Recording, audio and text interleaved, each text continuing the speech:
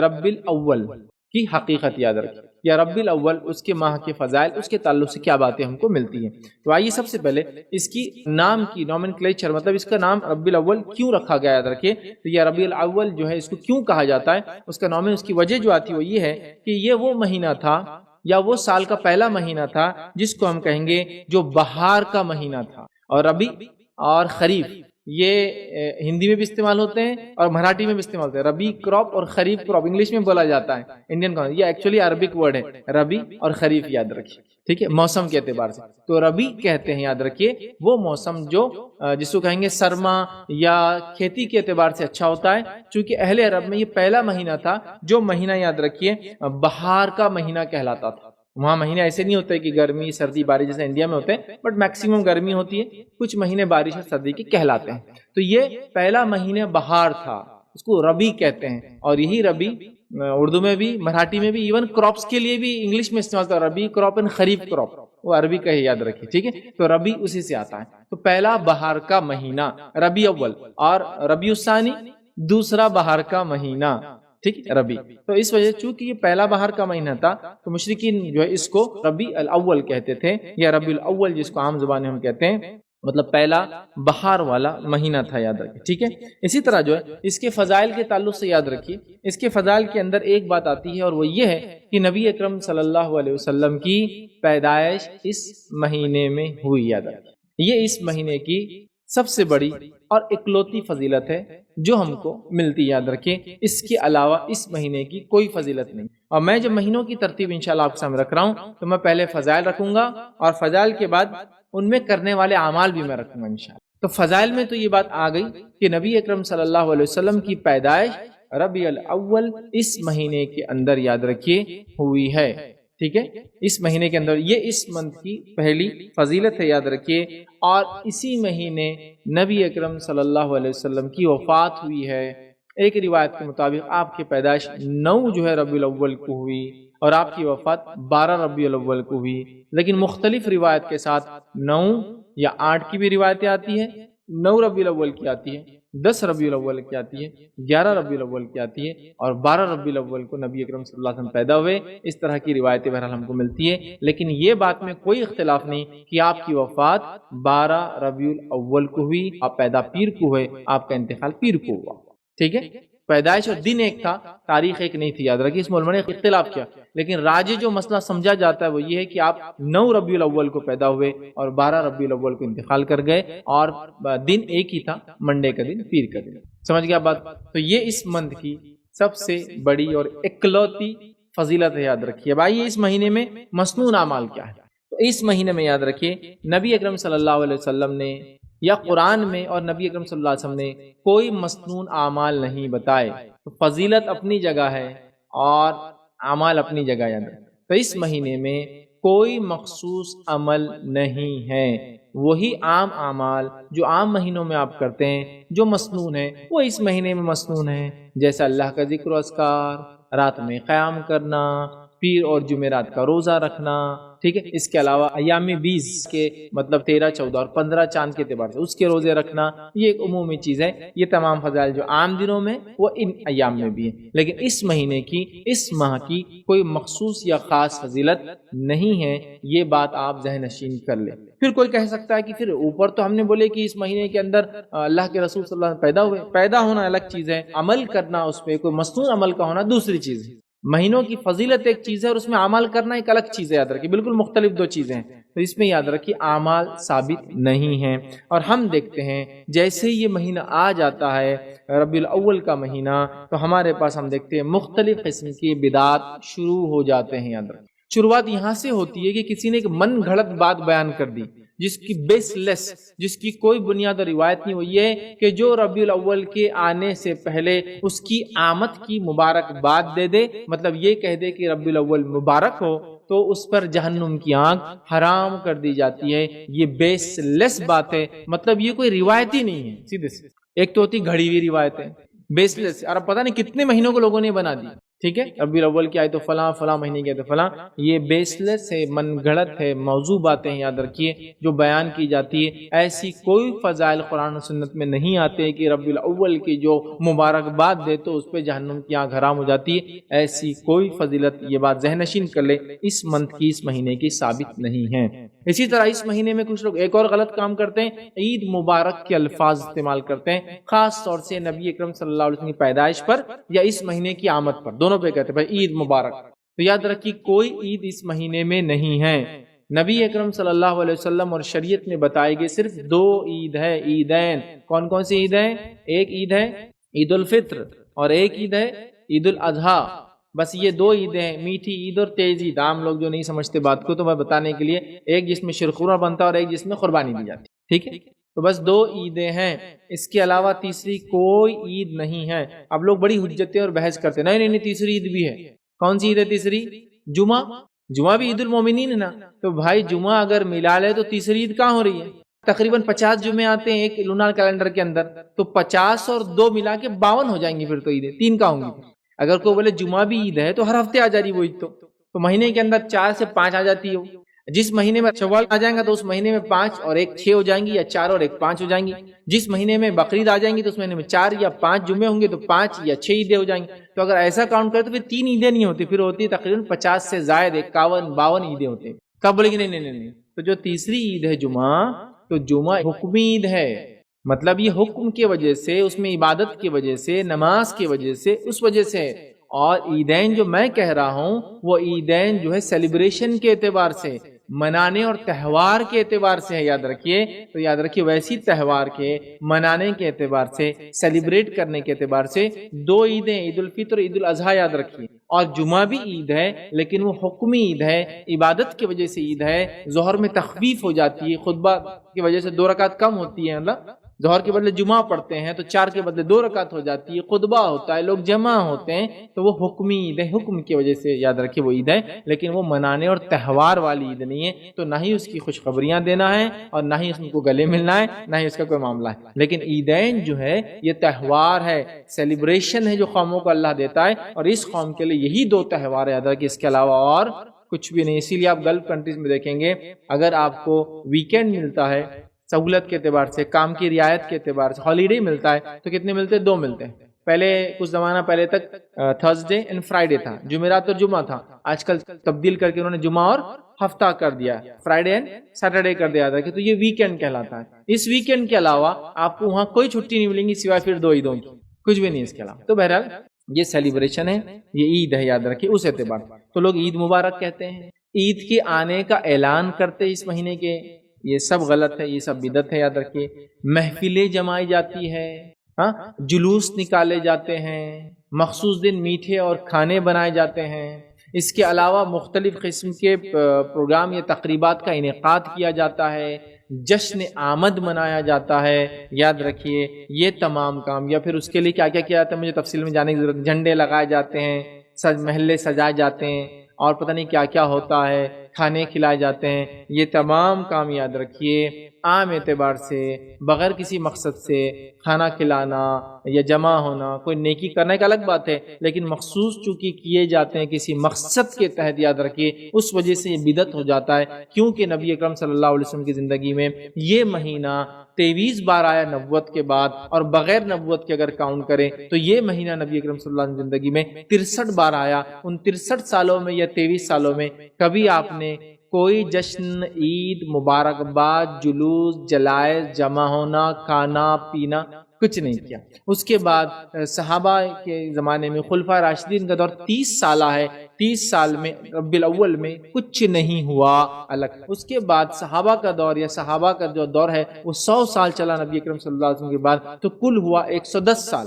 نبی اکرم صلی اللہ علیہ وسلم ہجرت کے بعد 110، یا عام طور سے نبی اکرم صلی اللہ علیہ وسلم وفات کے بعد 100 سال چلا، تو 100 سال وہ چلا، مطلب 110 ہجری کاؤنٹ کر لیجئے اس طرح سے، یاد رکھیں، ٹھیک ہے۔ تو 110 ہجری میں آخر صحابی کا جو انتقال ہوا، چونکہ نبی اکرم صلی اللہ علیہ وسلم حدیث میں بیان کیا تھا میرے دنیا سے جانے کے بعد 100 سال بعد تم میں سے کوئی زندہ نہیں رہیں گا، تو لہٰذا اللہ کے رسول کی وفات کے بعد 100 ایئر مطلب 110 ہجری کے بعد کسی شخص کو صحابی نہیں مانا جاتا، یاد رکھیں۔ تو 110 ہجری ہو چکی ہے، ان 110 ہجری تک بھی کچھ بھی اس منتھ میں نہیں منایا گیا۔ اس کے بعد آیا اماموں کا دور، تابعین طب تابعین کا دور ہے اور اماموں کا دور ہے، تابعین اور طب تابعین اور اماموں نے کسی نے بھی ان ایام میں خاص طور سے ربیع الاول میں کوئی تہوار، کوئی پروگرام، کوئی جشن، کوئی عید نہیں منائی۔ اگر ایسا ہے، کچھ لوگ دعویٰ کرتے ہیں تو وہ اپنے فقہ کو اٹھا لے، جس بھی فقہ کو مانتے ہیں، اور اس میں کوئی باب بتائے کہ ربیع الاول کے فضائل اور اس کے مسائل کا بیان، ربیع الاول کو منانے کا طریقہ، باقی سب ہے نا، عید الفطر کے فضائل اور مسائل، عید الاضحیٰ کے فضائل اور مسائل،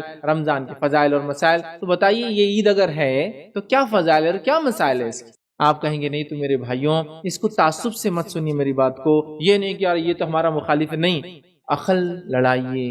جو کام نبی اکرم صلی اللہ علیہ وسلم، خلفاء راشدین، اصحاب رسول، تابعین، طب تابعین، امام اور سلف صالح نے کیا، تم اور میں کر کے یہ کیسے کہہ سکتے کہ اس مہینے میں یہ کیا جائے؟ تو یہ ثابت شرعن کچھ بھی نہیں ہے۔ اور کوئی کہے یہ تقاضا ہے نبی کی محبت کا، تو ایسی محبت کا اظہار کسی نے بھی اللہ کے رسول صلی اللہ علیہ وسلم زندگی میں، صحابہ نے اپنی زندگی میں، تابعین نے یا طب تابعین نے یا اماموں نے نہیں منایا، نہیں کیا۔ تو یہ بات سمجھنے کی ضرورت ہے۔ چلیے آگے بڑھتے ہیں، اس مہینے کے بعد دوسرے مہینے کی طرف جاتے ہیں، اور وہ ہے ربیع الثانی۔ ربیع الثانی مہینہ یاد رکھیے، یہ کیلنڈر کے اعتبار سے یاد رکھیے، یہ جو ہے چوتھا مہینہ ہوتا ہے، یاد رکھیے، فورتھ منتھ ہے محرم کے اعتبار چلے تو، اور آج ہمارے لیکچر کا سیکنڈ منتھ ہے جس کے بارے میں ہم کچھ باتیں دیکھیں گے۔ ربیع الثانی یاد رکھیے، ربیع الآخر، دونوں درست یاد رکھیے، چونکہ ثانی اور آخر دونوں کا معنی عربی میں سیکنڈ کا ہی ہوتا ہے، مطلب دوسرے کا ہوتا ہے، ٹھیک ہے، یا جس کو اگر لنگوسٹک جائے تو ثانی کا معنی سیکنڈ ہوتا ہے اور اخرى کا معنی ادر ہوتا ہے، مطلب فرسٹ ادر، مطلب جب دو چیزیں ہوتی ہے تو ایک کو بولتے ہیں اول تو دوسرا ہوگا آخر، یا اولا یا اخرى، ٹھیک ہے، اس طرح سے وہ کرتے ہیں، مطلب فرسٹ اینڈ دا ادر، یا first and the second one, مطلب سیکنڈ کو ادر، چونکہ اس میں دو ہی آپشن اگر ہو گئی، یا دو سے زیادہ آپشن ہو تو فرسٹ، سیکنڈ، تھرڈ، فورتھ، اس طرح سے کاؤنٹ ہوتا ہے۔ لیکن ربیع الثانی یا ربیع الآخر دونوں کا معنی ایک ہی ہوتا ہے، مطلب ربیع کا مہینہ، بہار کا مہینہ دوسرا، ٹھیک، مطلب یا پھر ادر آف دا ٹو، مطلب سیکنڈ والا دو کے اندر کا، ادر آف دا ٹو بولتے دو کے اندر کا دوسرا والا، تو ربیع الثانی یہ ربیع الآخر مطلب بہار کا دوسرا مہینہ اور چوتھا مہینہ یاد رکھیے، کیلنڈر کے اعتبار سے یاد رکھیے۔ اس کی نام کی وجہ وہی ہے کیونکہ یہ بہار کا دوسرا مہینہ تھا، اس لیے عرب اس کو جو ہے بہار کا دوسرا مہینہ کہا کرتے تھے، یہی اس کی رکھنے کی جو ہے وجہ ہے۔ پہلا مہینہ بہار کا ربیع الاول، اور ربیع الثانی یا ربیع الاخری یا ربیع الآخر یہ دوسرا بہار کا مہینہ تھا، یاد رکھیے۔ اب اس کے فضائل میں یاد رکھیے تو ربیع الثانی کے کوئی فضائل ہم کو نہیں ملتے ہیں، نہ قرآن میں نہ سنت میں، تو گویا یہ عام مہینہ ہے، اور عام مہینوں کے اعتبار سے وہ عام اعمال جو مسنون ہیں عام دنوں میں، وہی اعمال ان دنوں میں بھی عام طور سے مسنون ہے۔ تو اس مہینے کے اندر کوئی مخصوص عمل ثابت نہیں، پہلے تو کوئی فضیلت قرآن و سنت میں ثابت نہیں ہے، اور اس مہینے میں کوئی مخصوص اعمال بھی یاد رکھیے شامل نہیں ہیں، اس مہینے میں کوئی مخصوص اعمال شامل نہیں ہے، کچھ بھی آپ کو خاص نہیں کرنا ہے، یہ معاملہ اس مہینے کا یہیں ختم ہو جاتا ہے، نہ کوئی فضیلت خاص نہ ہی کوئی عمل کرنا ہے۔ لیکن اب اس مہینے کے اندر بھی ہمارے پاس ایک جلوس منایا جاتا ہے، کیا بولیں اور کیا کریں، کس کس کو سمجھائیں اور کیسے کیسے سمجھائیں، ٹھیک ہے۔ اس مہینے کے اندر 11 تاریخ آتی ہے اور 11 تاریخ کو ایک جلوس منایا جاتا ہے، میں تفصیلات میں نہیں جا رہا ہوں، آپ سمجھ جائیے، ایک جلوس منایا جاتا ہے، بلکہ جلوس نکالا جا رہا ہے۔ لیکن میرا سوال ہے کہ نبی اکرم صلی اللہ علیہ وسلم کے بعد دنیا کے اندر سب سے محترم شخصیت کون ہے؟ ابو بکر صدیق رضی اللہ عنہ، جن کے تعلق سے ہمارا ایمان ہے افضل البشر بعد الانبیاء والمرسلین، نبیوں اور رسولوں کے بعد سب سے افضل شخصیت۔ تو سوال یہ ہے کہ آپ 11 ربیع الثانی کو ایک جلوس نکال رہے اور کسی کی پیدائش کا دن منا رہے ہیں، تو میرا سوال ہے ابو بکر صدیق رضی اللہ عنہ کو کیوں آپ بھول گئے؟ جو انسانوں میں سب سے افضل انسان ہے انبیاء اور رسولوں کے بعد، ان کا کرو، میں یہ نہیں کہہ رہا ان کا کرنا چاہیے، وہ بھی غلط ہوگا، لیکن اگر کسی کا کرنا تھا، کوئی اگر ہے تو یہ ہے۔ جیسا کوئی کہے کہ وہ قرآن کے بعد کیا تھا، ہم نے قرآن کے بعد تو کچھ بھی نہیں آیا، سب سے افضل ان کچھ نہ کچھ دنیا لیول سے ہوں گا نا، ہاں پھر اس کے اعتبار سے اس کے بعد لیا جائے تو بخاری کا مقام ہے، لیکن بخاری اور قرآن ظاہر سی بات ہے ایک الگ ہی معاملہ ہے، ٹھیک ہے۔ لیکن ہے اگر کوئی بات تو یہ ہے تو اللہ کے رسول صلی اللہ علیہ وسلم کے بعد سب سے افضل شخصیت کون ہے انبیاء اور رسول کے بعد؟ ابوبکر صدیق دی بھائی، ان کی پیدائش کو تو آپ نے کوئی جلوس منایا، تو کیا صدیق سے محبت نہیں ہے؟ اور صدیق کے بعد پھر کس کا مقام ہے؟ کس کا ہے؟ عمر ابن خطاب، عمر ابن خطاب کا منایا نہیں۔ اس کے بعد کس کا ہے؟ عثمان ابن عفان، منایا نہیں تو بھائی آپ سب کچھ چھوڑ کر، صحابہ کی پوری زندگی چھوڑ کر، تابعین چھوڑ کر، تبع تابعین چھوڑ کر آپ کون سی صدی میں آگر آپ نے 11ویں کو اٹھا لیا؟ بیچ کے کہاں ہیں لوگ کہ سب کا مناتے جاؤ، سال کا کوئی دن نہیں بچنے والا ہے؟ کیا بتانا چاہ رہے ہیں آپ اس؟ یہ دین کا حصہ نہیں ہے، لیکن کچھ علاقوں میں، کچھ ملکوں میں، کچھ جگہوں پر یہ دین کا اتنا اٹوٹ حصہ ہے کہ ربیع الاول آیا تو نبی کا جشن، اور ربیع الثانی آیا تو فلاں شخصیت کا، میں نام وغیرہ نہیں لے رہا ہوں، بہرحال آپ سمجھ جائیے، جشن اور منایا جا رہا ہے۔ تو میں کہہ رہا ہوں جشن اگر نبی کا میلاد منا کے کر رہے ہو، اس کے بعد کسی اور کی میلاد منا رہے ہو، تو کس کا حق تھا پھر دوسری میلاد کا، جلوس کا؟ وہ ابوبکر صدیق۔ اور یہ بات صرف میں نہیں کہہ رہا ہوں، نبی اکرم صلی اللہ علیہ وسلم کے زمانے میں خاتون آئیں کہ اللہ کے رسول صلی اللہ علیہ وسلم فلاں فلاں مجھے چاہیے، آپ نے وعدہ کیا اس سے، کہا اگر میں آپ کو نہ پاؤں تو، اور محدثین کی شرح کیا کرتے ہیں، نہ پاؤں تو مطلب آپ دنیا سے چلے جائے تو کس سے پورا کراؤں وعدہ؟ تو کہا ابوبکر سے کروا لیں۔ ترتیب دیکھیے اللہ کے رسول اپنی زندگی میں بتا رہے ہیں، سمجھ؟ آپ نے خواب بیان کیا اور خواب میں کہا کہ میں نے خواب دیکھا کہ ایک کنواں ہے اور کنویں سے ابوبکر 2 ڈول پانی نکالتے ہیں، لیکن اس میں وہ بات نہیں۔ اس کے بعد عمر آتے ہیں اور عمر ڈول نکالتے ہیں، اور وہ طاقت سے اور وہ جذبے سے نکالتے ہیں کہ ویسا میں نے کسی کو نکالتے ہوئے نہیں دیکھا۔ تو وہ اللہ کے رسول خواب سے بھی پیشن گوئی دی گئی کہ خلافت پہلے ابوبکر صدیق آئیں گے اور 2 ڈول نکالیں گے، 2 سال چلیں گے، پھر عمر آئیں گے اور عمر اس طاقت سے نکالیں گے ڈول بھر بھر کے، ٹھیک ہے، جیسا میں نے کسی کو نکالتے ہوئے نہیں دیکھا، مطلب یہ حکومت بڑی شان شان مضبوط ہوں گی، ہم دیکھ رہے ہیں۔ تو خواب کے ذریعے بتا دیا گیا۔ اسی طرح جو ہے مشرکین مکہ میں بھی بات مشہور تھی، ابو سفیان کا واقعہ یاد کیجئے، جنگ احد ہوتی ہے، اور جنگ احد کے اندر شکست اور کامیابی تو نہیں کہیں گے، لیکن بہرحال وہ جو بھی معاملہ ٹائی اپ جیسا ہوتا ہے وہ معاملہ ہوتا ہے، اور وہاں ابو سفیان آتا ہے اور کیا کہتا ہے، کیا تم میں محمد ہے؟ مطلب زندہ ہے کہ چونکہ افواہ اڑی ہوئی تھی نعوذ باللہ کہ آپ کو مار دیا گیا، آپ صلی اللہ علیہ وسلم سے کہتے خاموش بیٹھو جواب مت دو۔ اس کے بعد کیا پوچھتا ابو سفیان، ابھی کافر ہیں، کیا پوچھتا، کیا تم میں ابوبکر ہے؟ معلوم پتا ہے سیکنڈ شخصیت کون ہے، اب کس سے بات کرنا ہے، سیکنڈ ان کمانڈ۔ آپ سے بولتے کوئی جواب نہیں۔ اس کا وہ سوال کرتا ہے، کیا کرتا ہے، کیا تم میں عمر ہے؟ وہ جانتا تھا تیسرا عمر ہے، اور جب یہ 3 سوال پہلے کرتا ہے کہ تم میں محمد ہے، ابوبکر ہے اور عمر ہے، اور اس کے بعد اس نے اپنے معبود کا ایک نام چلاتا ہے اور کہتا ہے شکر ہے اس کا کہ نعوذ باللہ یہ تینوں غارت ہو گئے، چلے گئے، مطلب ہمارے کو کامیابی۔ تو وہ ابو سفیان بھی جانتا ہے کہ پہلے کون ہے، دوسرا کون ہے اور تیسرا کون ہے، آپ سمجھ؟ تو پھر آپ ربیع الثانی کے اندر منا رہے ہیں، کس کا منا رہے ہیں، ان کا مقام کیا ہے ان کے مقابلے میں، کس کے بعد آتے ہیں، آپ خود جانچیے، میری بات کو تعصب میں مت سنیے، لیکن تھوڑا سوچ بچار جس کو بولتے ہیں، سمجھ کچھ تو ہونا چاہیے کہ کس کو کر رہے ہیں۔ اگر شخصیتیں ہیں تو یہ افضل ترین شخصیت ہے، کہاں ہے یہ؟ پورے غائب ہے بیچ میں۔ اور صحابہ کا مقام کیا ہے؟ صحابہ کا مقام، نبی کا مقام سن لیجئے، ایک نبی، نبیوں میں مقام ہے، اولو العزم پیغمبر ہے، اور ان میں سب سے اونچا مقام ہمارے نبی محمد صلی اللہ علیہ وسلم کے سب مانتے ہیں۔ تو نبیوں کے اندر جو نبی ہے اس کے اندر جو ظاہر سی بات ہے اس میں اولا ہے، ٹھیک، ان کے اندر اولا ہے، اوپر سے اوپر ہے، ان کے اندر مقام میں جو سب سے کم ہوں گے ان کے مقابلے میں پورے دنیا کے انسان بھی نیک مل جائے نا تو اسے ایک نبی کا مقابلہ نہیں کر سکتے، اس سے ایک نبی کے برابر نہیں۔ اور صحابہ وہ جماعت ہے کہ ہم جیسے لوگوں میں سے پورے بھی متقی پرہیزگار مل جائے تو ایک صحابی کے درجے کو نہیں پہنچ سکتے، سمجھ رہے ہیں بات؟ یہ مقام صحابہ۔ تو دوسرے اولیاء اللہ تو ظاہر سے بعد میں ہی آئیں گے، سب سے بڑے اللہ کے ولی یہ اصحاب رسول تھے، پھر تابعین تبع تابعین۔ بہرحال اس چیز کو سمجھنے کی ضرورت ہے، تھوڑا سا عقل سے بھی کام لیجئے، یہ دین اور شریعت کا بالکل بھی حصہ نہیں ہے۔ چلیے آگے بڑھتے ہیں، اور تیسرا مہینہ جو میں آج آپ کے سامنے رکھوں گا، تیسرا اور چوتھا ایک ساتھ ہی دیکھ لیتے ہیں ہم دونوں مہینے۔ تیسرا اور چوتھا مہینہ جن کے فضائل اور جن کے تعلق سے کچھ باتیں آپ کے سامنے رکھنے کی کوشش کروں گا، وہ مہینہ یاد رکھیے، وہ ہے جمادی الاولی اور جمادی الثانیہ، ٹھیک ہے؟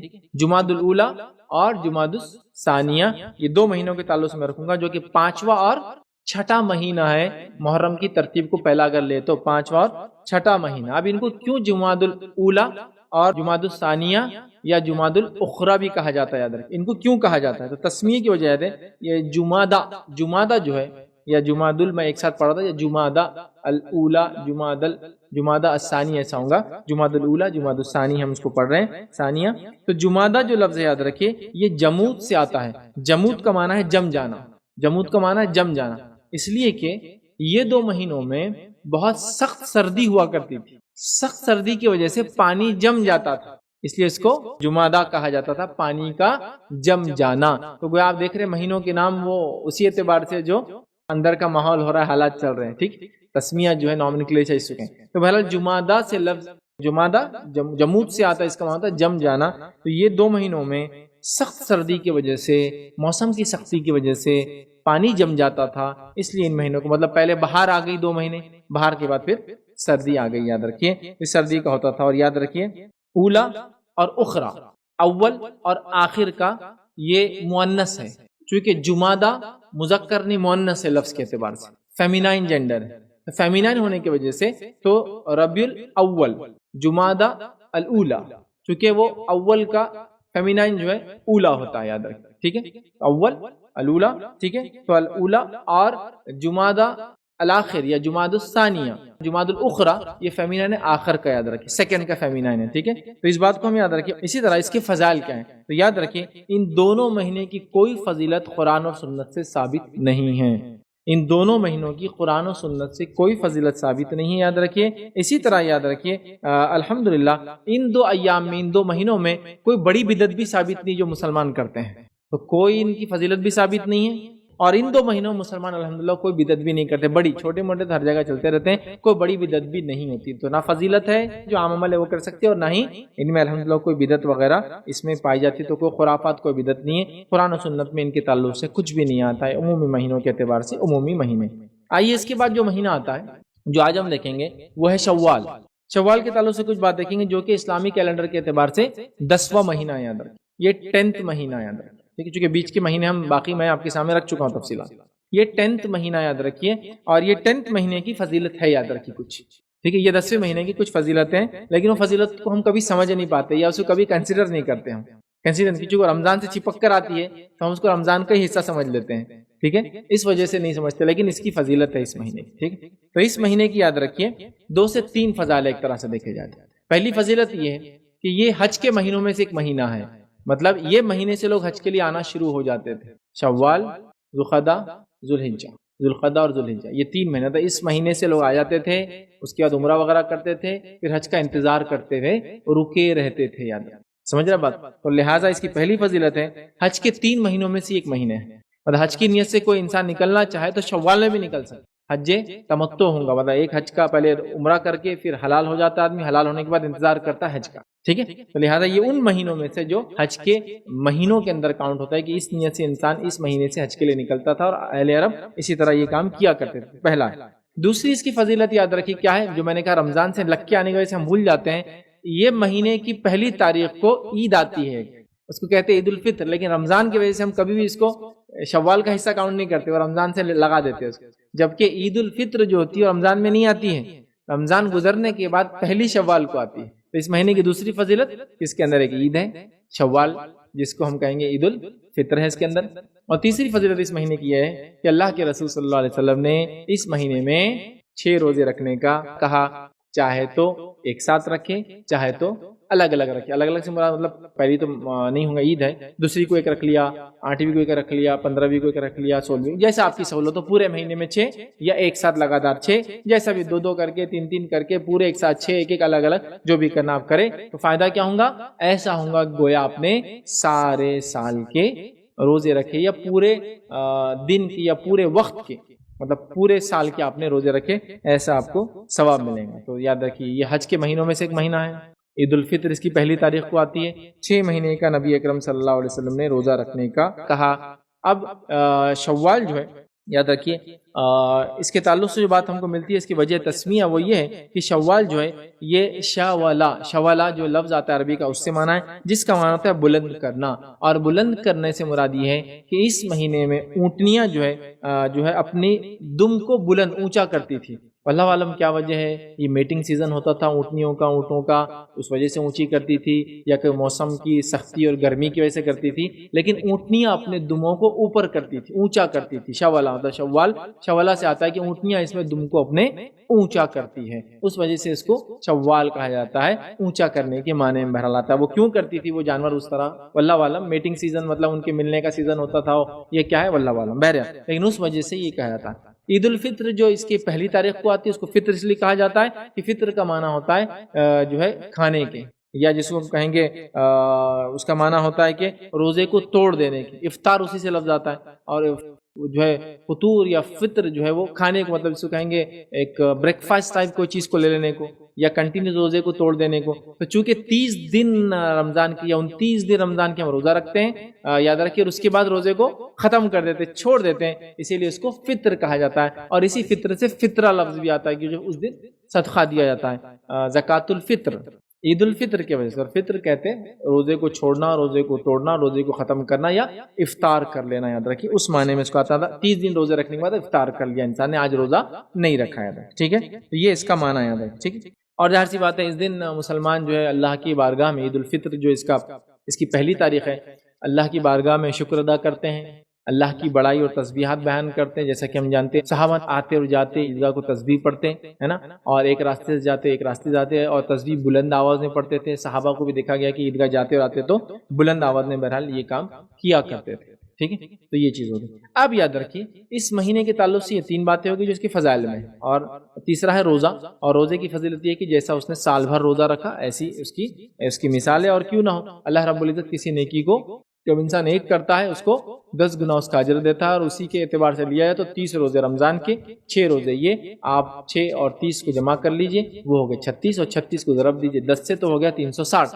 تو گویا نیکی کو اللہ 10 گنا بڑھا دیتا ہے, تو 36 روزوں کے بدلے آپ کو 360 مطلب سارے سال کی گویا روزے کا اجر ملتا ہے. ویسے نماز کا معاملہ ہے, پہلے نبی اکرم صلی اللہ علیہ وسلم کو نماز 50 وقت کی دی گئی تھی, اس کے بعد کم کر کے 5 کر دی گئی, لیکن ایک ندا اور آواز لگائی گئی کہ اے محمد صلی اللہ علیہ وسلم نماز پڑھنے والوں کو 5 وقت اجر تو 50 کا ہی ملیں گا. تو اللہ 10 ٹائمز اجروں کو بڑھا دیتا ہے, ٹھیک ہے. چلیے آگے بڑھتے ہیں. اب اس مہینے کے اندر کچھ بدعتیں بھی پائی جاتی ہیں, اور وہ بالکل مہینے کا اسٹارٹ ہوتے ہی ہو جاتی ہے.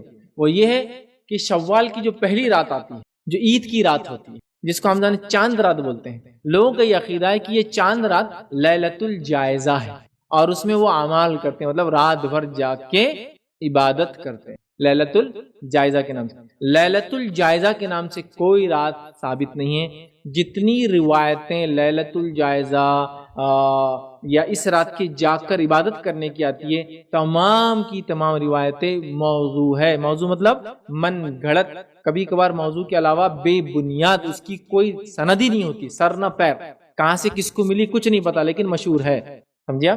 تو لیلۃ الجائزہ جو اس رات منائی جاتی ہے, جو کہ شوال کی پہلی رات ہے نا, اسے شوال میں لگ رہا ہوں میں بدعت کو, یہ ایک بدعت ہے, اس کا کوئی وجود نہیں ہے. جب بھی یہ بات کہی جاتی ہے لوگ پل پڑتے ہیں, لڑنے کے لیے دوڑ پڑتے ہیں, کسی کا گریبان پکڑنے کو بھی جو شرماتے نہیں ہیں. لیکن میرے بھائیوں معاملہ عبادات کا ہے, اور عبادات بغیر دلیل کے نہیں ہوتی.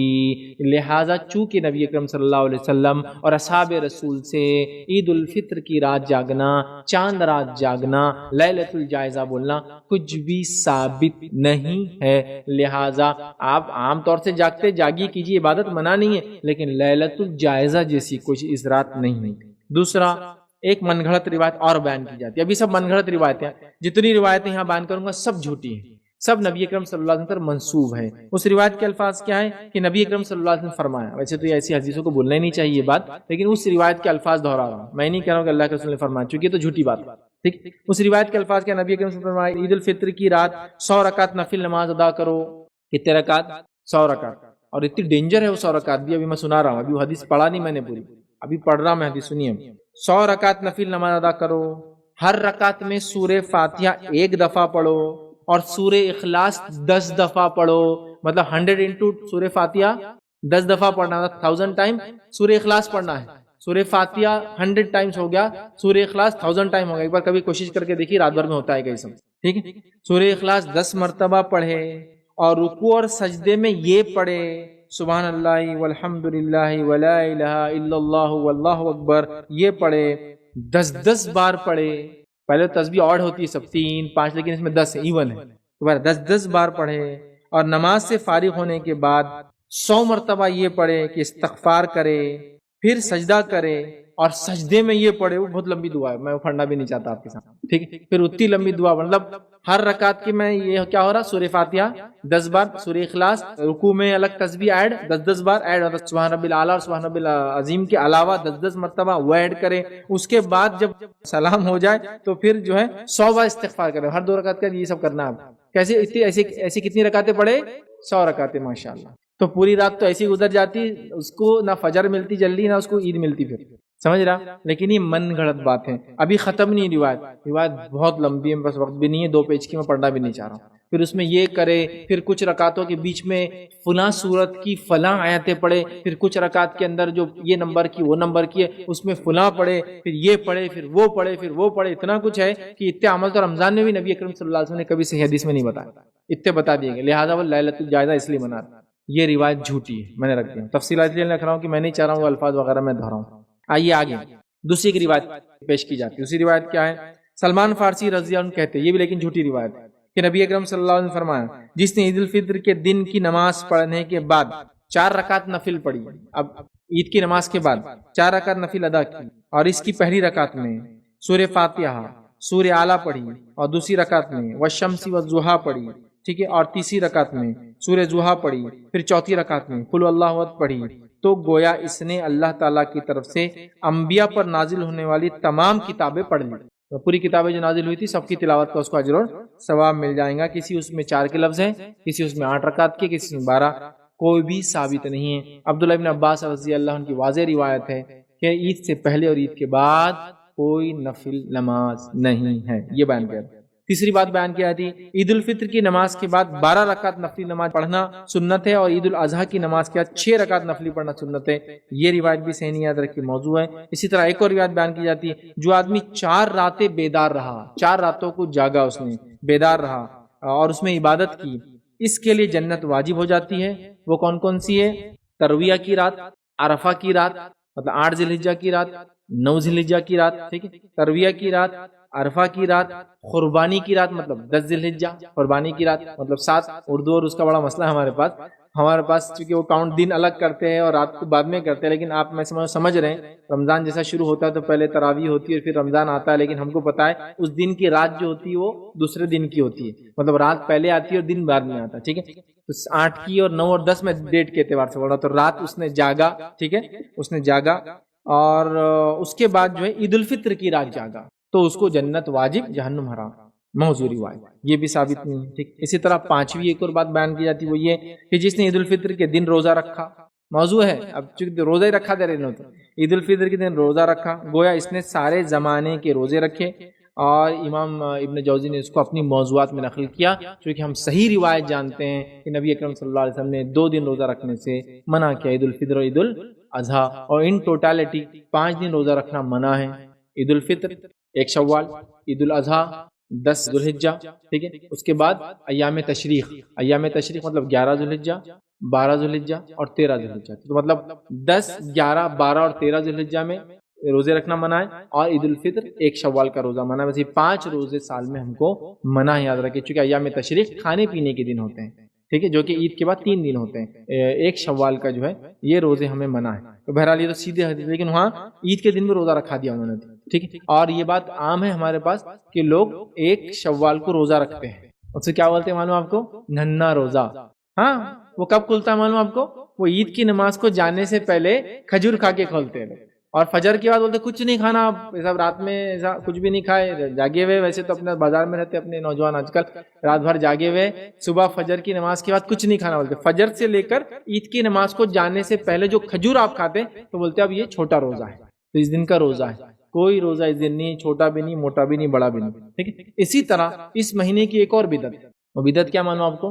ہمارے پاس وہ ہے 6 روزے رکھے جاتے ہیں، مطلب 2 شوال، 3 شوال، 4 شوال، 5 شوال، 6 شوال اور 7 شوال کا روزہ، اور 7 شوال کے بعد 8 شوال کو عید منائی جاتی ہے۔ ان 6 روزوں کو اردو میں بولتے ہیں شرفوزے روزے، اور وہ جو عید منائی جاتی ہے اس کو کہتے ہیں شرفوزی عید۔ ایک اور عید لا لی، کوئی شرفوزی عید نہیں ہے، نہیں بولے یہ 6 روزوں کی عید رہتی۔ پھر اس دن بھی کیا ہوتا معلوم آپ کو؟ صبح صبح شیرخورما بناتے، سیویاں بناتے، اور جو بھی بہرحال الگ الگ ٹریڈیشنز ہیں، اور بولتے آج عید ہے۔ کوئی عید شرفوزی نہیں ہے، روزے ہے وہ شوال کے 6، وہ کوئی ضروری نہیں ایک کے بعد ایک آئے، کبھی بھی آپ رکھ سکتے ہیں، 2 سے شروع کیجئے، مت کیجئے، کبھی پورے مہینے میں 6 رکھنا، تو اس کے روزے رکھے جاتے ہیں بالکل۔ اور اسی اعتبار سے میں نے دیکھا رمضان میں جو نماز کا ٹائم رہتا بہت ساری مسجدوں میں فجر کا، وہ پورا 1 شوال کو وہی ٹائم رکھتے عید کے دن، 2 شوال، 3 شوال، 4، 5، 6، 7 شوال، 8 شوال تک وہی ٹائم رکھتے ہو، 9 شوال سے ٹائم چینج کرتے فجر کا، مطلب وہ آخر وقت میں لے کے چل جاتے، چونکہ بولے وہ روزے کو روز اٹھے نا لوگ، مطلب 2 کو روزہ رکھ رہا، 3 کو روزہ رکھ رہا، 4 5 6 7، تو وہ لوگ جلدی رکھتے فجر کو، اور 8 تک چونکہ اس دن عید بھی منانا ہے نا ان کو، اور پھر 9 سے نارمل ہو جاتی ہے فجر، ایسا ٹھیک ہے۔ وہ فجر کا ٹائم میں صرف بتانے کے لیے کر رہا تھا، فجر تو اول وقت ہوئی تو اچھی بات ہے، صرف رمضان اور شوال کے 5 6 دن نہیں، پورا سالوں اچھی بات ہے، بٹ بہرحال یہ خاص اس کا ذہن میں رکھتے ہیں لوگ، سہولت دیتے ہیں روزدار کو کہ بھائی جلدی سے ہو جائے، اور کبھی کبھار کام کے اندر بھی لوگ سہولت دیتے ہیں کہ بھائی لوگ 6 روزے رکھ رہے، اس کے بعد یہ نفل چیزیں یاد رکھیے، لوگ اپنی سہولت سے اپنے اعتبار سے کسی بوجھ نہ بنتے ہوئے رکھیے، زیادہ فائدے میں۔ تو بہرحال یہ کام ہے جو بدعت کے ان ماہ میں اس مہینے میں کیے جاتے ہیں۔ تو فضیلت کے اعتبار 3 ہی ہیں، ایک یا حج کے مہینوں میں سے ایک مہینہ ہے، دوسری اس کے اندر جو ہے عید الفطر آتی ہے، اور تیسری یاد ہے کہ اس میں 6 روزے رکھنا ہے، اور یہ 6 روزوں کی فضیلت یہ ہے کہ رمضان اور عید جب مل جاتے ہیں دونوں، سال بھر کے روزوں کا اجر انسان کو ملتا ہے۔ یہی باتیں اس مہینے کے تعلق سے آتی ہیں۔ شوال کے تعلق سے ایک پوائنٹ اور رہ گیا تھا، وہ کلیئر کرتا ہوں۔ شوال کے تعلق سے ایک پوائنٹ جو اہل عرب میں مشہور تھا، جو آج بھی ہے، اس کو ذرا کلیئرفیکیشن کی ضرورت ہے، وہ یہ ہے کہ نبی اکرم صلی اللہ علیہ وسلم کے زمانے میں اہل عرب شوال کے مہینے کو منحوس مہینہ مانتے تھے، اور شوال میں شادی نہیں کرتے تھے۔ شوال کے مہینے کیا مانتے تھے؟ منحوس مانتے تھے، اور اسی ٹریڈیشن کو توڑنے کے لیے ماں عائشہ کی ایک روایت ہے، وہ کیا فرماتی، سنی حدیث کے الفاظ اس طرح سے، ماں عائشہ فرماتی ہے رسول اللہ صلی اللہ علیہ وسلم کا میرے ساتھ نکاح شوال میں ہوا تھا۔ نبی اکرم صلی اللہ علیہ وسلم کا نکاح ماں عائشہ کے ساتھ شوال میں ہوا تھا، شوال کے مہینے میں ہوا، اور آپ کے ساتھ میری رخصتی بھی اسی مہینے میں ہوئی، نکاح بھی شوال میں ہوا، رخصتی بھی شوال میں ہوئی۔ پھر آپ فرماتی ہیں بس رسول اللہ صلی اللہ علیہ وسلم کی بیویوں میں سے کون سی بیوی ہے، فرماتی کون سی بیوی ہے جو رسول اللہ صلی اللہ علیہ وسلم کے نزدیک مجھ سے زیادہ عزیز ہو، مجھ سے زیادہ محبوب ہو، کون سی بیوی ہے بتاؤ، ٹھیک۔ اب اچھا، اور پھر وہ فرماتی ہے حضرت عائشہ رضی اللہ عنہا مستحب قرار دیتی تھی کہ شوال میں نکاح ہو اور شوال میں وداعی کی، مستحب، چونکہ وہ فرماتی تھی اللہ کے رسول نے مجھ سے شادی کی تو اپنے خاندان کی لڑکیوں کی شادی اور وداعی کہتی تھی کب کرو؟ شوال میں۔ یہ کیوں کرتی تھی پہلے آپ سن لیجیے، وہ اس رسم کو توڑنے کہتی تھی کہ جو اہل عرب میں دور جہالت میں ہوتا تھا کہ شوال کا مہینہ منحوس ہے، تو وہ کہہ رہی ہے اگر شوال منحوس ہے تو نبی نے مجھ سے شادی شوال میں کی، وداعی کی شوال میں کی، اور شوال میں شادی اور وداعی کی ہونے کے بعد میں سب سے چہیتی بیوی ہوں، بتاؤ پھر شوال کا اثر میرے پہ کیوں نہیں ہوا؟ اگر شوال منحوس تھا تو میں چہیتی بیوی نہیں ہونا چاہیے تھا، ہماری میرج سکسیسفل نہیں ہونا چاہیے تھا، ہے نا؟ تو بتاؤ میں سب سے محبوب، میری شادی شوال، میری وداعی شوال، اور میں سب سے محبوب، سوچو تم لوگ، غور کرو۔ مطلب وہ رسم کو توڑنے کے لیے وہ یہ کام کرتی تھی، اور اپنے خاندان کی عورتوں کو یہ حکم دیتی تھی، مستحب سمجھتی تھی کہ شوال میں شادی کرو اور شوال میں وداعی کرو۔ سمجھ گیا بات کو؟ شوال کا مہینہ منحوس نہیں ہے، لیکن یہ بات میں کیوں کہہ رہا ہوں، آج بھی لوگ شوال کے مہینے کو منحوس مانتے ہیں، شادیاں نہیں کرتے ہیں۔ یہ تو الگ بات ہے، ماشاءاللہ آج کل زمانے کی رفتار سے مجبور ہو کر اب تو محرم میں بھی شروع ہے، سفر میں بھی شروع ہے، شوال میں بھی ہے، لیکن آج بھی دقیانوس خیال رکھنے والے لوگ دنوں، مہینوں، تاریخوں اور گھڑیوں کو اچھا اور برا مانتے ہیں، جبکہ اگر کسی نے گھڑیوں کو یا تاریخ اور مہینوں کو برا مان کے کوئی کام آگے پیچھے کیا، یہ معاملہ شرک تک جاتا ہے۔ اس لیے کہ نبی اکرم صلی اللہ علیہ وسلم نے فرمایا، کہا، حدیث کے الفاظ ہے الطیرۃ شرکن، بدشگونی لینا شرک ہے۔ تو کوئی بدشگونی لیتا ہے کہ شوال منحوس ہے، سفر مہین منحوس ہے، محرم غم ہے، فلاں یہ ہے، یہ منحوس ہے، تو وہ کیا کر رہا ہے معلوم آپ کو؟ ایکچولی وہ شرک کر رہا ہے، وہ دنوں، مہینوں اور گھڑیوں میں تاثیر سمجھ رہا ہے، جبکہ وہ اللہ کی ذات ہے جو وحدہ لا شریک ہے، یاد رکھیے وہ ہوتا ہے برکت دینے والا۔ تو ماں عائشہ وہ سسٹم کو توڑنے یہ کہہ رہی ہے، جو عرب کا طریقہ تھا وہ اس کو منحوس سمجھتے ہوئے کہہ رہی ہے میری تو شادی ہوئی، میری تو وداعیگی ہوئی، اور میں سب سے محبوب بیوی تھی، بتاؤ تمہارا عقیدہ کہاں ہے؟ وہ جو منحوس، کہاں ہے نحوست؟ مجھ پہ نہیں یاد رکھتا، ٹھیک ہے؟ تو بہرحال اس مہینے کے تعلق سے یہ چند باتیں تھیں۔ آئیے آگے بڑھتے ہیں، ذوالقعدہ اور ذوالحجہ کے تعلق سے دیکھتے ہیں، جو کہ 11th 12th منتھ ہے، انہیں ذوالقعدہ یا ذی قعدہ کہا جاتا ہے۔ اسی طرح جو ہے ذوالحجہ یا ذی حجہ کہا جاتا ہے، اور عربی میں یاد رکھیے ذو اور ذی کا معنی ہوتا ہے والا، ذو مالن، ذو علم، علم والا آدمی، مال والا آدمی، ذی مالن، ذی علم، مال والا آدمی، علم والا آدمی، یہ لفظ یاد رکھیں۔ تو ذی اور ذو دونوں آپ بول سکتے ہیں، اس میں کوئی مسئلہ نہیں، ذی الحجہ یا ذوالحجہ، ذی القعدہ یا ذوالقعدہ، یاد رکھیے دونوں بول سکتے ہیں، صاحب یا جس کو بولیں گے یا والا، دونوں ہوتا ہے، صاحب مال یا مال والا، دونوں اس کے لیے معنی ہوتے ہیں، اس کی یاد رکھیں۔ اب ان مہینوں کو کیوں ذوالقعدہ یا ذوالحجہ کہا گیا؟ تو یاد ہے کہ تسمیہ کی وجہ جو ہے وہ یہ ہے کہ ذوالقعدہ یاد رکھیے اسلامی سال کا 11واں مہینہ ہے، اور جو ہے قعدہ یا قعود جو لفظ سے ہے جس کا معنی ہوتا ہے بیٹھنا، بیٹھنا، قعود یا قعدہ، قاعدہ بولتے ہیں نا، نماز میں قاعدہ کر رہے ہیں، اسی سے یہ لفظ ہے ذوالقعدہ یاد رکھیے، بیٹھنے کے معنی میں آتا ہے۔ یاد رکھیے عرب اس مہینے میں چونکہ لڑائی وغیرہ چھوڑ دیتے تھے اور دور جہالت میں اس کو کیا مانتے تھے وہ حرمت والا، تو لہٰذا چونکہ گھروں میں بیٹھ جاتے تھے لڑائی چھوڑ کر، اس لیے اس کو ذوالقعدہ کہا جاتا تھا۔ اور ذوالحجہ ظاہر سے حج ہوتا تھا تو وہ ذوالحجہ ہو گیا، اور محرم ظاہر سی بات ہے یہ تیسرا مہینہ تھا، تینوں ایک کے بعد ایک آتے تھے، تو یہ بیٹھ جاتے تھے، مطلب لڑائی جھگڑا چل رہا، لوٹ مار چل رہی، جنگ جدال چل رہا، تو وہ آ کر ختم ہو جاتا تھا۔ یاد رکھیے اس مہینے مطلب 10ویں مہینے میں جو ہے یہ معاملہ شوال میں ختم ہو جاتا تھا، اور جیسی ذوالقعدہ آتا تھا وہ اپنے ہتھیار وہ ڈال کے گھروں میں بیٹھ جاتے تھے، اور 3 مہینے تک جنگ نہیں ہوتی تھی۔ بعد میں انہوں نے ہوشیاریاں شروع کی اور سوچا 3 مہینے تک جنگ نہیں کریں گے، لوٹ مار نہیں کریں گے تو کیسا چلے گا؟ پھر کیا شروع کیا؟ بولے یہ بار سفر کا مہینہ پہلے آئیں گا، محرم کا بعد میں آئیں گا۔ تو کچھ سالوں کا ایسا کرتے، کچھ سمجھ گیا کیوں کرتے، ذوالقعدہ میں بیٹھ گئے۔ اب 3 مہینہ لوٹ مار ان کا بزنس تھا، اب لوٹ مار نہیں کریں گے تو کھائیں گے پیئیں گا، 3 مہینے تک کیسے اسٹرگل کریں گے؟ تو انہوں نے سسٹم لایا کہ بولے سفر یہ مہینے پہلا مہینہ رہیں گا اور محرم دوسرا، پھر کچھ سال بولتے ہو پہلے اعلان کر دیتے کہ سفر یہ بار دوسرا مہینہ رہیں گا، محرم پہلا، یہ ہوتا تھا۔ تو چونکہ اس مہینے میں بیٹھ جاتے تھے، ہتھیار وغیرہ ڈال دیتے تھے، تو قعدہ یہ جو ہے قعود سے آتا ہے، بیٹھنے سے آتا ہے، تو چونکہ جنگ ونگ چھوڑ کے گھروں میں بیٹھتے تھے، اور ذوالحجہ یہ اس لیے آتا ہے کہ اس میں حج والا، ذو حجہ، ذو قعدہ بیٹھنے والا، ذی قعدہ بیٹھنے والا، اور ذوالحجہ حج والا یا ذی حجہ یاد رکھ حج والا مہینہ، ٹھیک ہے، اس وجہ سے ان کے دونوں کی یہ نام پڑے۔ اب ان کے فضائل کیا ہے تو یاد رکھیں، ذوالقعدہ کے تعلق سے ہم پہلے دیکھتے ہیں، تو ذوالقعدہ جو ہے اس مہینے کے تعلق سے یاد رکھیے کوئی بھی ایسی چیز ثابت نہیں ہے، یاد رکھیے اس مہینے کے تعلق سے قرآن حدیث سے، سوائے اس کے کہ یہ حرمت والے مہینوں میں سے مہینہ ہے، اور دوسرا یہ مہینہ حج کے مہینوں میں سے ایک مہینہ ہے، بس یہی دو اس کی فضیلت ہے، 2 ہی فضائل اس مہینے کی۔ پہلا یہ 4 حرمت والے مہینوں میں سے ایک ہے۔ کون کون سے حرمت والے مہینے؟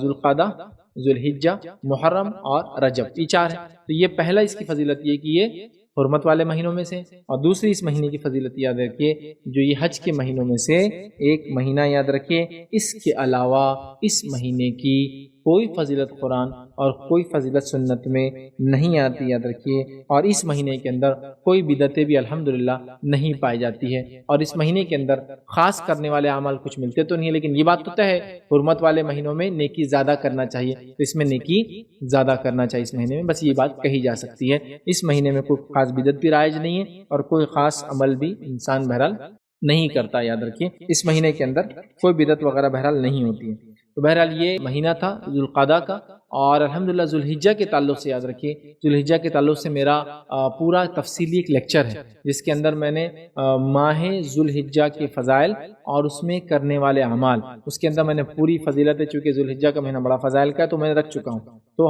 آج انشاءاللہ عزیز ہم اس کو نہیں دیکھیں گے۔ تو 6 مہینوں کے تعلق سے جو بات کی تھی جو آج ہم نے دیکھے، اس میں پہلا مہینہ تھا ربیع الاول، ہم نے دیکھا اس کے تعلق سے، پھر ربیع الثانی اس کے تعلق سے ہم نے دیکھا، اس کے بعد جمادی الاولی ہم نے دیکھا، اور جمادی الثانیہ اس کے تعلق سے ہم نے دیکھا، اس کے بعد ہم نے شوال کا مہینہ دیکھا، اور اس کے بعد ذوالقعدہ یا ذی قعدہ مہینہ، ذوالقعدہ یا ذوالقعدہ مہینہ اس کے تعلق سے دیکھا۔ تو یہ 6 مہینے تھے، ان 6 مہینوں کے علاوہ جن کی تفصیلات میں پہلے چونکہ رکھ چکا تھا، اس لیے میں نے سوچا کہ یہ تفصیلات بھی میں رکھ دوں۔ ان 6 مہینوں کے تعلق سے کچھ فضائل جو ثابت ہیں ہم نے دیکھے، اس کے بعد ان کے اندر جو اعمال ثابت ہے وہ ہم نے دیکھے، اور اس کے علاوہ ان مہینوں کے اندر جو بدعات لوگ عام طور سے کرتے ہیں وہ میں نے آپ کے سامنے مختصر رکھنے کی کوشش کی، تاکہ اسلامی کیلنڈر کے جو 12 مہینے ان کو میں مکمل کر سکوں۔ چونکہ 6 مہینوں کو میں بہت تفصیل میں ایک ایک لیکچر کی شکل میں کراؤں، باقی 6 مہینے تھے تو میں نے سوچا ان تمام چیزوں کو مختصر سے انداز میں آپ کے سامنے رکھوں، تاکہ ان میں کیا فضائل آپ کو معلوم ہو جائے، ان کے اندر کیا اعمال ثابت ہے وہ پتہ چل جائے، اور کیا غلط عمل ہو رہا ہے، جو بڑی بڑی غلطیاں کر رہے ہیں لوگ، میں نے رکھنے کی کوشش کی۔ ویسے مختلف علاقوں اور جگہوں پر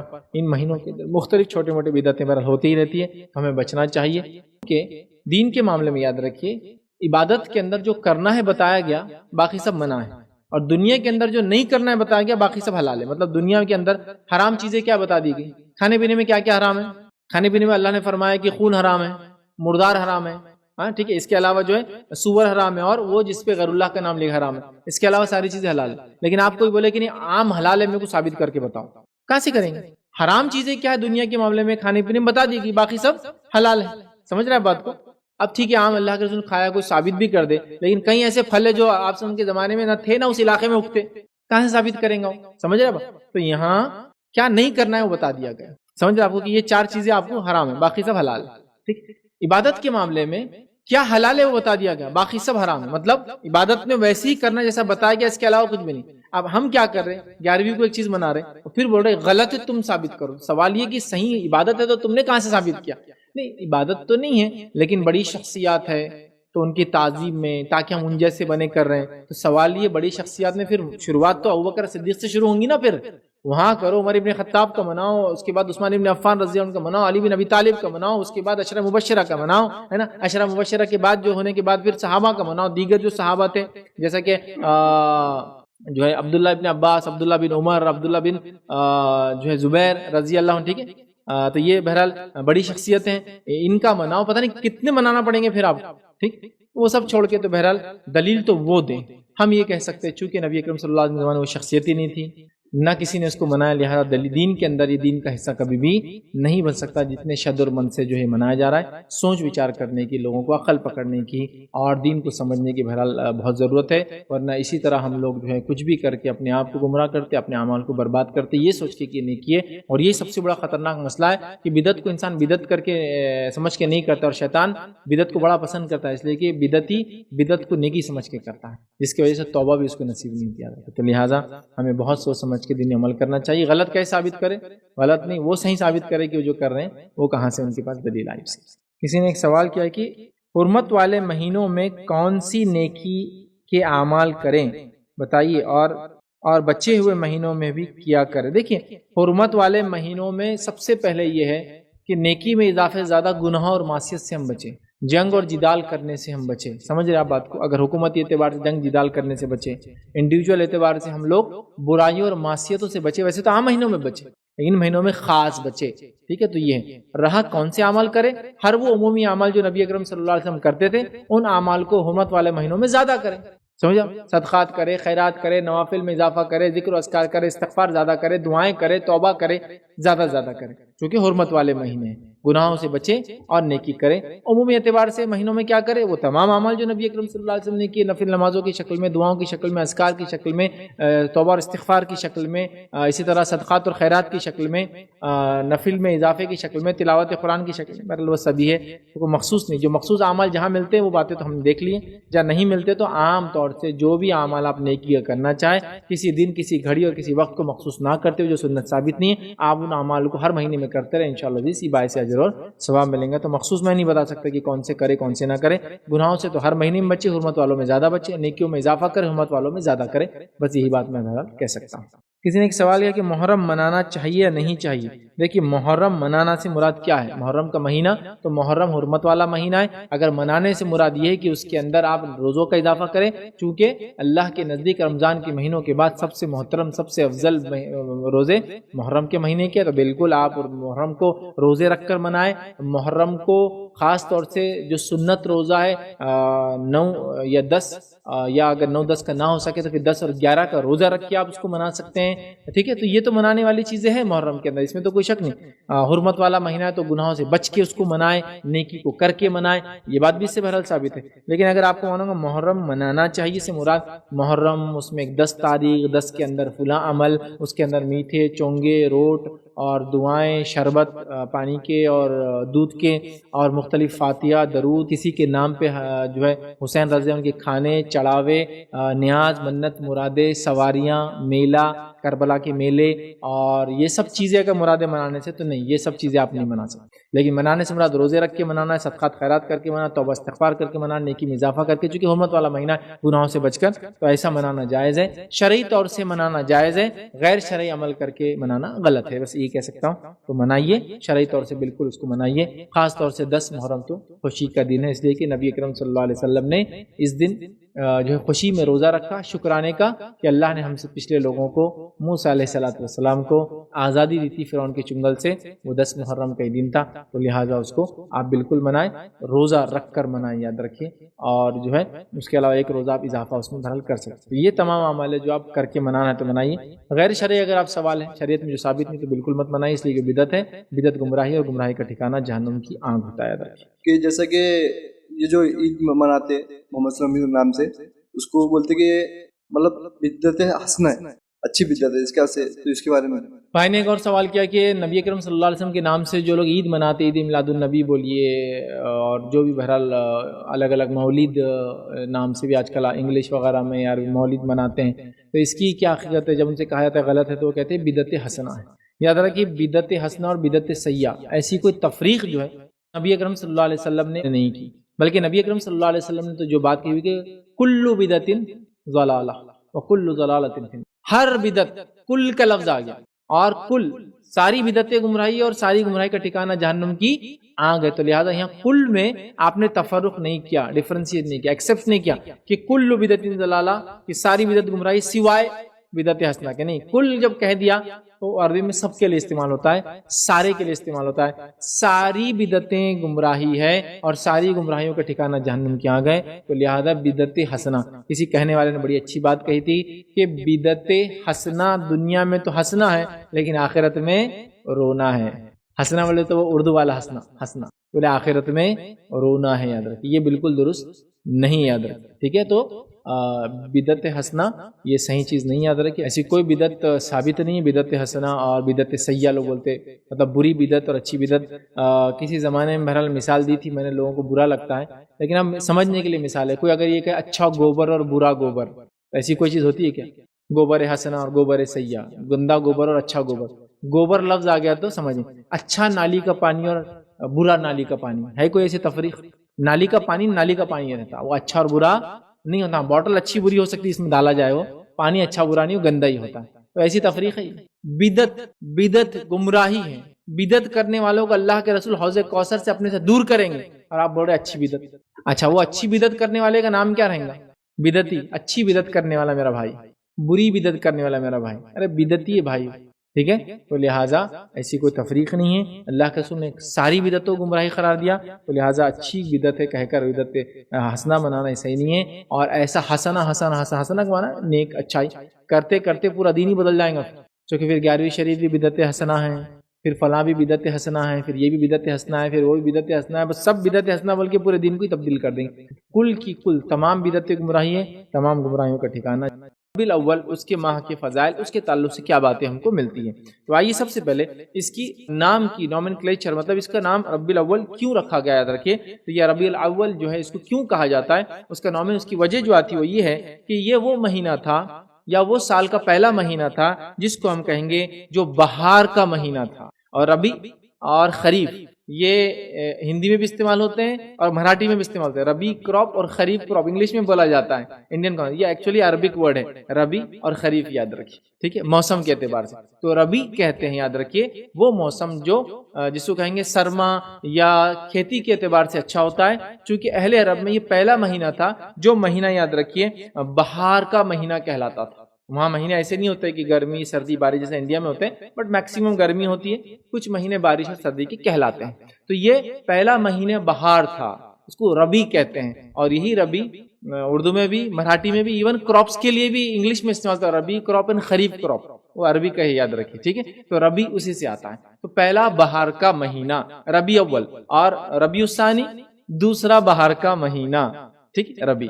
تو اس وجہ سے چونکہ یہ پہلا بہار کا مہینہ تھا تو مشرکین جو ہے اس کو ربیع الاول کہتے تھے، یا ربیع الاول جس کو عام زبان میں ہم کہتے ہیں، مطلب پہلا بہار والا مہینہ تھا، یاد رکھیے، ٹھیک ہے؟ اسی طرح جو ہے اس کے فضائل کے تعلق سے یاد رکھیے، اس کے فضائل کے اندر ایک بات آتی ہے اور وہ یہ ہے کہ نبی اکرم صلی اللہ علیہ وسلم کی پیدائش اس مہینے میں ہوئی، یاد رکھیے، یہ اس مہینے کی سب سے بڑی اور اکلوتی فضیلت ہے جو ہم کو ملتی، یاد رکھیں، اس کے علاوہ اس مہینے کی کوئی فضیلت نہیں۔ اور میں جب مہینوں کی ترتیب انشاءاللہ آپ کے سامنے رکھ رہا ہوں تو میں پہلے فضائل رکھوں گا اور فضائل کے بعد ان میں کرنے والے اعمال بھی میں رکھوں گا انشاءاللہ۔ تو فضائل میں تو یہ بات آ گئی کہ نبی اکرم صلی اللہ علیہ وسلم کی پیدائش ربیع الاول اس مہینے کے اندر، یاد رکھیے، ہوئی ہے، ٹھیک ہے؟ اس مہینے کے اندر، یہ اس منتھ کی پہلی فضیلت ہے، یاد رکھیے۔ اور اسی مہینے نبی اکرم صلی اللہ علیہ وسلم کی وفات ہوئی ہے۔ ایک روایت کے مطابق آپ کی پیدائش 9 جو ہے ربیع الاول کو ہوئی اور آپ کی وفات 12 ربیع الاول کو ہوئی، لیکن مختلف روایت کے ساتھ 9 یا 8 کی بھی روایتیں آتی ہیں، 9 ربیع الاول کی آتی ہے، 10 ربیع الاول کی آتی ہے، 11 ربیع الاول کی آتی ہے، اور 12 ربیع الاول کو نبی اکرم صلی اللہ علیہ وسلم پیدا ہوئے۔ اس طرح کی روایتیں بہرحال ہم کو ملتی ہے، لیکن یہ بات میں کوئی اختلاف نہیں کہ آپ کی وفات 12 ربیع الاول کو ہوئی، آپ پیدا پیر کو ہوئے، آپ کا انتقال پیر کو ہوا، ٹھیک ہے۔ پیدائش اور دن ایک تھا، تاریخ ایک نہیں تھی، یاد رکھیے۔ اس میں علماء نے اختلاف کیا، لیکن راجح جو مسئلہ سمجھا جاتا ہے وہ یہ ہے کہ آپ 9 ربیع الاول کو پیدا ہوئے اور 12 ربیع الاول کو انتقال کر گئے، اور دن ایک ہی تھا، منڈے کا دن، پیر کا دن۔ سمجھ گیا بات؟ تو یہ اس منتھ کی سب سے بڑی اور اکلوتی فضیلت ہے، یاد رکھیے۔ بھائی اس مہینے میں مسنون اعمال کیا ہے؟ تو اس مہینے میں یاد رکھیے نبی اکرم صلی اللہ علیہ وسلم نے یا قرآن میں اور نبی اکرم صلی اللہ علیہ وسلم نے کوئی مسنون اعمال نہیں بتائے۔ تو فضیلت اپنی جگہ ہے اور اعمال اپنی جگہ ہے۔ تو اس مہینے میں کوئی مخصوص عمل نہیں ہے، وہی عام اعمال جو عام مہینوں میں آپ کرتے ہیں جو مسنون ہیں وہ اس مہینے میں مسنون ہیں، جیسا اللہ کا ذکر و اذکار، رات میں قیام کرنا، پیر اور